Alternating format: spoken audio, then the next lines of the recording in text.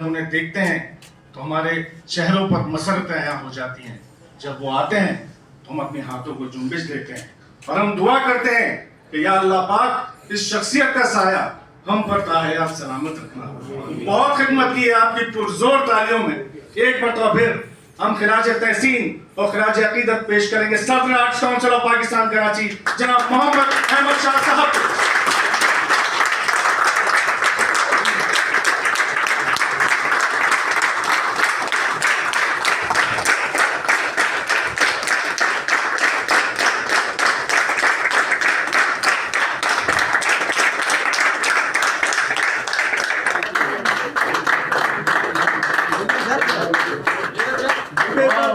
साथियों मोबाइल वाले भाई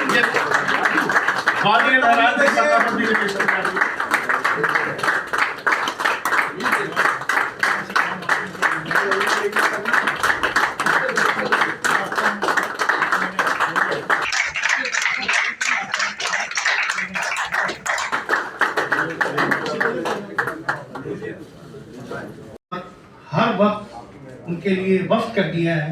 कि जब कोई आर्टिस्ट कोई परेशान हो, मैं बहुत डीप में नहीं जा रहा, मुख्तसर, जब कोई आर्टिस्ट परेशान होता है किसी भी हवाले से